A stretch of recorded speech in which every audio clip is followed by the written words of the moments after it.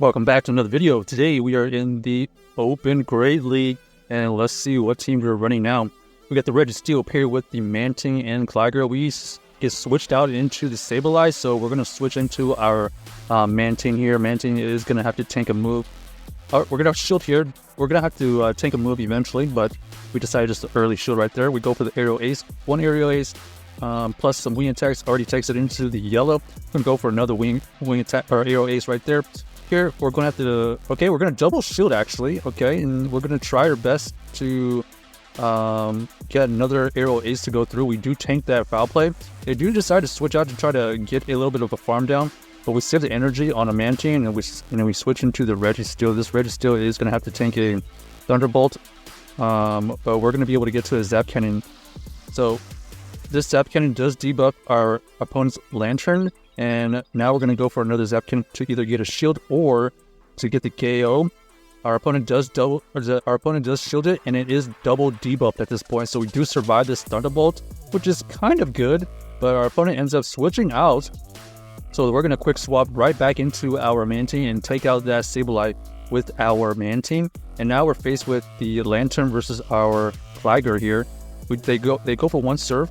They have enough energy to get to another serve. Do we survive long enough? No, we don't. So GG's to our opponent right there. That Lantern ended up being very, very pesky and unable to take it out. So well done by my opponent right there. Next game, let's see what we find. We got the Azumarill versus our Registeel here. We're going to, our opponent switches out into the Superior. We're going to have to switch into one of our flyers in the back. We're going to go for the Mantine.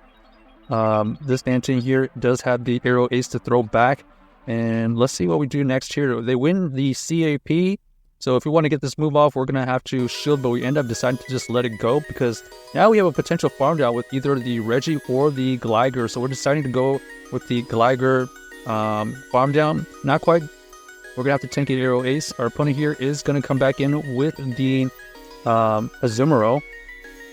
So okay, and then we really swap out. They swap out into the Bastiodon. Their Bastiodon right now is not in a favorable position, but we know that this Bastiodon is probably XL. It is able to tank one of those Focus Blasts, which is huge. And then our opponent here is going to have to consider shielding or letting this go. They do decide to shield, so we're going to try our best to farm down, I believe. We're going to one-shot farm down.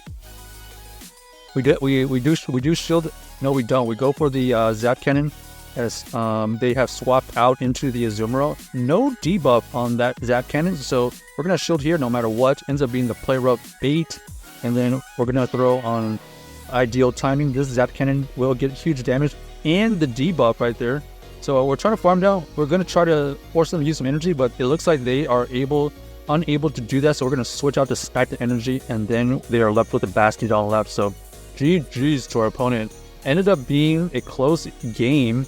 Luckily, the wing attacks from the Gligar was able to come in clutch. Here we got the Registeel versus the Haunter. Kind of a weird matchup. We don't necessarily want to switch out just yet. They do reveal that they have these Shadow Ball. We have a move banked, so we immediately switch out. So this Haunter has revealed that they're running the Shadow Punch Shadow Ball version. So we know now that they're probably going to go for these Shadow Punches. We're going to shield this Shadow Punch so we can get to our own Aerial Ace. Let's see what our opponent ends up doing. They do shield that. So they double shield the Haunter. Do they not have a counter to this Mantine? So they decide to take out the Mantine. Now we're going to come down and farm down with our Gligar. They do reveal that they have the Diggersby. This Diggersby is going to have to use a Hyper Beam just to take us out, but we're not going to allow that to happen. We're going to Focus Blast immediately. Our opponent ends up switching out into the Superior after their Diggersby has some energy. We do go get a Focus Blast off. Unfortunately, not enough. Let's see what our opponent throws here. Ends up throwing the Frenzy Plant. Doesn't quite KO. They throw a move on CAP. We're going to have to shield here.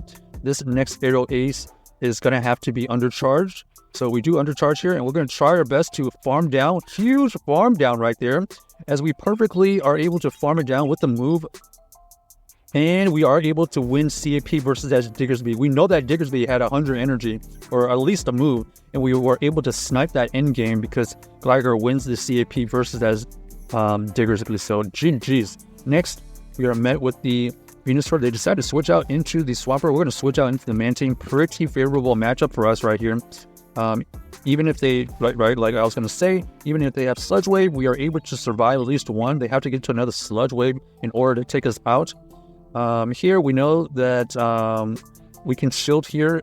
Even if it was a bait, we can shield and then win this alignment here. We're going to undercharge to get 2 extra wing attacks right there, which helps us get to our Aero Ace to throw back at this Venusaur. This Venusaur is going to have to throw a move pretty soon as we are getting close to our move as well. And that's what they do. So now we're going to decide, do we come in and potentially farm down with the Reggie, or do we go in with the Gligar? We're going to go in with the Reggie. Our opponent switches out immediately into the Medicham. This Medicham ends up bringing the Power Up Punch, which is not good. Power Up Punch is going to ramp up against this Reggie. We do get the debuff, so we actually are going to stay in because we actually negated their Power Up Punch right there. They're going to go for another Power Up Punch. We're going to go for another Zap Cannon here to get some big damage or a potential debuff. They go for the double shield. Unfortunately, we do not get the debuff. And now we are met with the decision. Are we going to have to shield a Ice Punch? First, Ice Punch goes through, doesn't KO because it's only single boosted. And now we're going to have to shield and try to get a farm down. Is this going to be farm down range? Let's find out. They go for now a Power Up Punch. We decide that it is not going to be able to get farm down. So we have to throw this Aero Ace. And we're going to try to wing attack down, and unfortunately we do not have enough health to win that game. So well played by my opponent right there. Using some very flexible Pokemon on their team. The Medicham, Sludge Wave, Swampert, and the Venusaur. Now we're going to be faced with Registeel and Lantern. This is kind of a neutral matchup. We're going to have to stay in here. We do tank the first Thunderbolt. We're going to throw this Zap Cannon. They do switch and catch it onto their Gligar. So now that we know that their Gligar is debuffed, we're just going to switch into our Mantine here because we do not want this Mantine versus the Lantern with a lot of health. So we're going to allow them to throw some moves right there. Then we're going to go for our own Aero Ace, hoping that it doesn't KO.